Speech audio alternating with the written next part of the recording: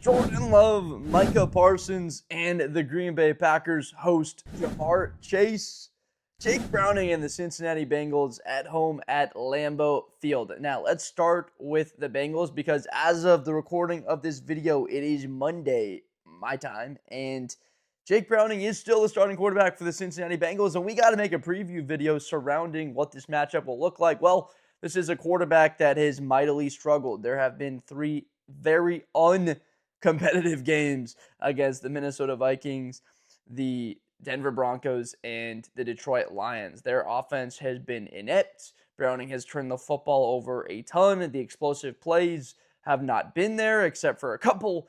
A nice play, the touchdown deep ball to Ja'Marr Chase against Detroit last week, but pretty much garbage time the entire second half. This is a Cincinnati team that needs a spark. Look, they still have a 2-3 record. The season is not over. I know it feels like it, but this is a chance against a Midwest opponent. You're still in the state of Ohio. Is there a team in college that might be better than some of these Ohio teams right now? Cleveland Browns and Bengals, it might not be impossible the way they've played lately. But Cincinnati, you got to go out there with a little bit of competitive spirits and play a game on the road. Now, this is an afternoon game. It was tabbed to be the Jim Nantz and Romo game, one of the games of the week with Burrow playing, but you can't feel bad for yourself. Green Bay doesn't feel bad for you. They won't feel bad for anybody. This team in Cincinnati has to find a way to run the football. It has to be that way. Otherwise, what's Green Bay going to do?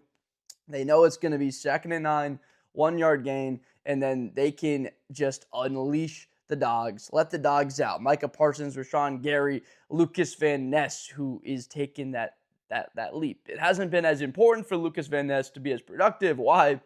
Because of the addition of Micah Parsons. And then you want to talk about the defensive side of the ball. It's not like we can let the Bengals off the hook just because their offense has been last in the league in yards per game, 29th in points scored. Defensively, 30th in the league, yards per game allowed, 30th in points. These are statistics that back up the 2-3 record. They started 2-0, but this backs up one of the worst teams in football. I still think that they've got a shot to be able to attack Green Bay because of this receiving core. This can be, and still maybe is, the best receiver duo in the NFL in Chase and Higgens. You saw the deep play potential. It's there to Chase and Higgens, but you have to have some sort of balance. Otherwise, Green Bay is not at all going to respect the run game, and they're going to be ready for that, and they're just going to say, hey, Jake Browning, what do you do if we take the top off and keep an umbrella over this thing and make you have to drive the ball 65, 70 yards on us and execute in the red zone? Can you do that? The answer so far has been no. Browning and this team can't sustain drives because it's for the most part been all on his shoulders because they can't get a run game going. I like Chase Brown. He's just not at all had any bit of room to run the football. This offensive line has been abysmal. Now let's get enough with the Cincinnati Bengals here. This can get dark and damp in a hurry. Let's go to the Green Bay Packers because this is a team that's also coming off of a bit of an up, down. I don't exactly know what the narrative surrounding a tie is. You were lucky that it was a tie. I'll say that there was 1 second left on the clock. The ball hit the ground. I guess that's a positive. This was a game that I was disappointed in Matt LaFleur, and I outwardly spoke because I didn't get at the end of the first half while you had the sense of aggression to get more points. It felt like you thoroughly outplayed Dallas. The strip sack fumble, and then Dallas scores, and you're trailing going into halftime. They fought, and this offense has shown the ability to get explosive plays. That has been what is consistent, and it's funny because in a similar way to Cincinnati, Green Bay hasn't found their run game yet. And they're not like a team in, for example, Jacksonville who runs the ball well, but they can get numbers from their quarterback.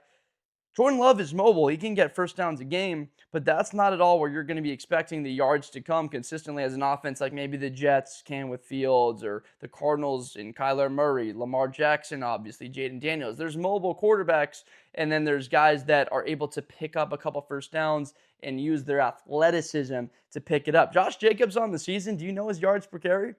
It's just over 3. It's at 3.3 yards per carry on this season. The Packers have tried different sort of tricky ways to laterally get more rushing yards, to take some of the the attention and the burden off of Jordan Love's shoulders. They've had the RPOs, the quick throws. If a guy's playing 8 yards off coverage, it seems Jordan Love can get the ball immediately to him. This is exactly what Aaron Rodgers ran for 12 years. If you have a cornerback playing 7 yards off with my quick release and getting the football out, I'm going to take my 6 yards all day. That's an extension of the run because I'm just going to take 2nd and 4, 2nd and 3 all day long, keep us in schedule. The Packers are fine driving down the length of the field with an incredible play caller like Matt LaFleur. He's had the ability to just create wide open throws for Jordan Love. He puts a ton of air under the football. I know it's a narrative around Love.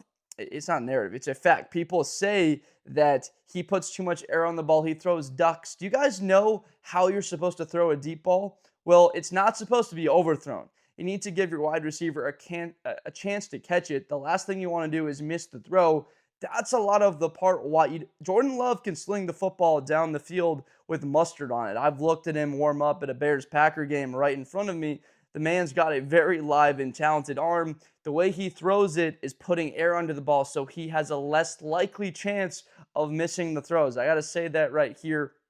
I think that a lot of people would understand that if they saw him throw the football right in front of him. He certainly has the velocity. A lot of the throws that he makes that have air under him are so guys with the speed like Matthew Golden, Watson, right? He'll be coming back from injury in the next couple of weeks here, can run under it. Romeo Doubs, this is a guy that's been very good in the red zone, 4 touchdowns on the season for the Packers. All this to say, in the weapons that Green Bay has, Cincinnati, you find a way to limit the Packers on the ground, which is tough because Shamar Stewart, your rookie impact player, he's been no factor at all with the ankle injury and don't even know his status. Again, I said I'm recording this on Monday. I don't know if he's going to be playing on Sunday. Seems quite unlikely. He didn't play last week, and it's unfortunate for its squad. It's compared to the Packers and Matthew Golden, all the hype I understand, but like you can see it. You can see Matthew Golden say, all right, this guy's got a different level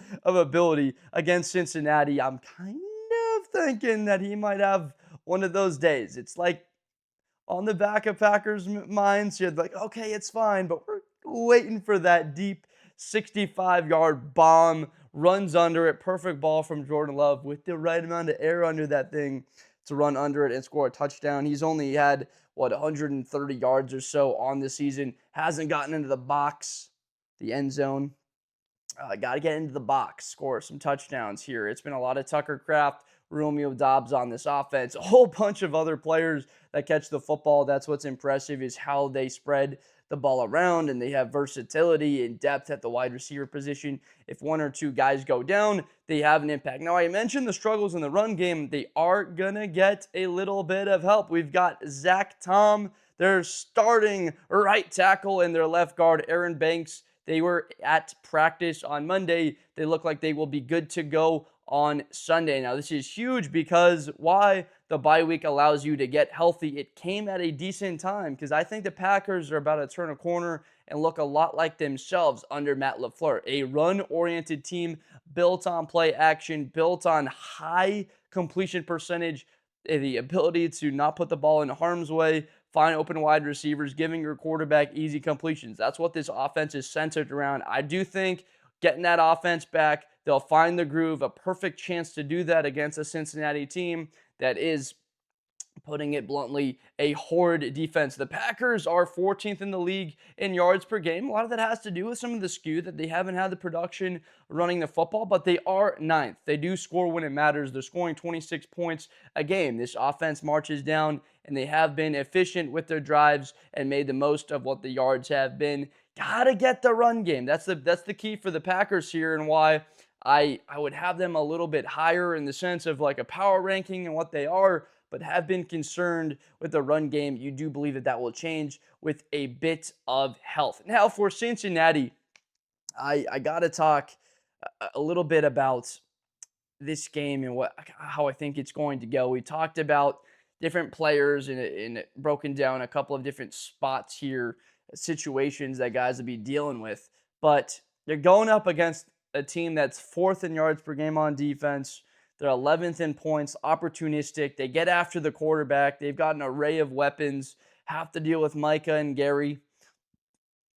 It's necessary to get the football out of Browning's hands. I want to see an attempt at least to run the football to try and get Chase Brown going a bit more. 16, 17 carries too many to try and possess the ball. You have to get completions and chew the clock.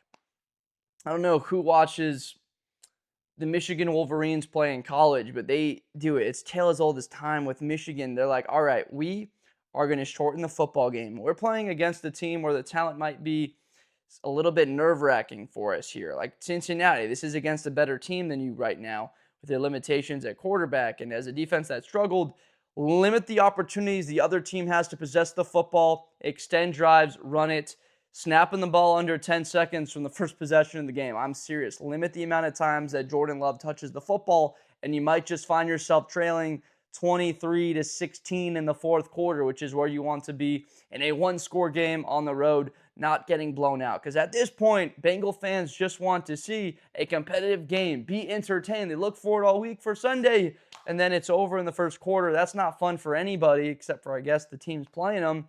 I want to see a bit more of a competitive game. I believe that's the style that needs to be played in order to do that, because the Packers get 9 or 10 possessions. They just don't have the guys currently or the confidence to be able to stop them. So I do have the Packers in a blowout. Got to be honest with you.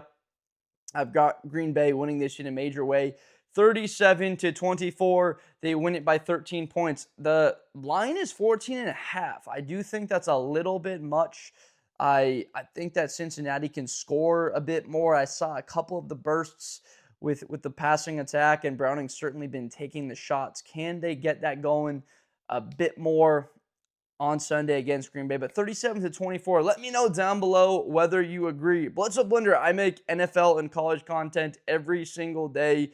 I want to hear from you guys, whether you think Green Bay is going to win it by a wider margin, whether you think Cincinnati pulls the upset. Please let me know all that stuff down below. I'll try and get down there into the comments and engage, respond to you guys. I appreciate you so much for watching. Please, again, subscribe for more videos in the future. And I will see you next time with more Blitz with Blender content. Best player in college football. That Georgia and Ohio State game, New Year's Eve, is going to be a classic. Josh Blender, hi everybody, I'm Josh Blender. To the 40, 35, 30, Espinosa to the 20.